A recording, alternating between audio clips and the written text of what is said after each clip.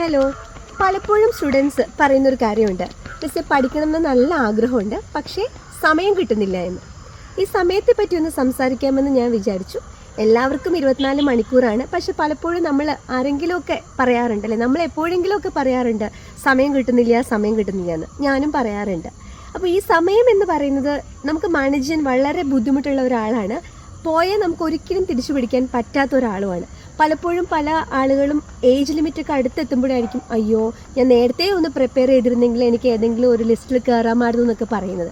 അപ്പോൾ നമ്മൾ ഈ പാസ്റ്റിനെ പറ്റി ഇങ്ങനെ ആലോചിച്ച് സമയം കളഞ്ഞിട്ട് കാര്യമില്ല, ഫ്യൂച്ചറിനെ പറ്റി ഓവർ തിങ്ക് ചെയ്ത് സമയം കളഞ്ഞിട്ട് കാര്യമില്ല. ഇപ്പം നമ്മുടെ കയ്യിലുള്ള സമയത്തെ എങ്ങനെ പ്രോപ്പറായിട്ട് പ്രയോജനപ്പെടുത്താമെന്നത് മാത്രമാണ് നമ്മൾ ചെയ്യേണ്ടത്.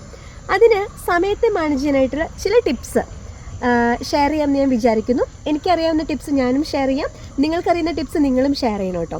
ടിപ്പ് നമ്പർ 1, നമ്മൾക്ക് ചെയ്യാനുള്ള ടാസ്കിന് നമ്മൾ പ്രയോറിറ്റൈസ് ചെയ്യുക. അതായത് ടാസ്ക് നമ്പർ 1, 2, 3, 4 നമുക്ക് 3-4 കാര്യങ്ങൾ ചെയ്യാനുണ്ടെങ്കിൽ അതിൽ ഏറ്റവും ഇമ്പോർട്ടൻ്റ് ആയിട്ട് നമ്മൾ ടാസ്ക് നമ്പർ 1 എന്ന രീതിയിൽ തന്നെ നമ്മൾ പഠനത്തിന് നമ്മൾ ആ ഒരു ഇമ്പോർട്ടൻസ് കൊടുക്കുക.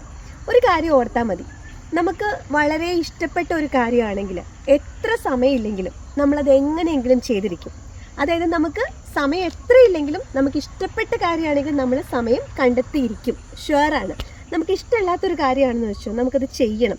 അവിടെയായിരിക്കും നമുക്ക് പലപ്പോഴും കുറച്ച് കഴിഞ്ഞ് ചെയ്യാം, അല്ലെങ്കിൽ ഇത്രയും ചെയ്യാനുണ്ട് ഇപ്പം ചെയ്യണോ, ഇങ്ങനെയുള്ള പല പല കൺഫ്യൂഷൻസ് നമുക്ക് വരുന്നത്. മനസ്സിലായില്ലേ?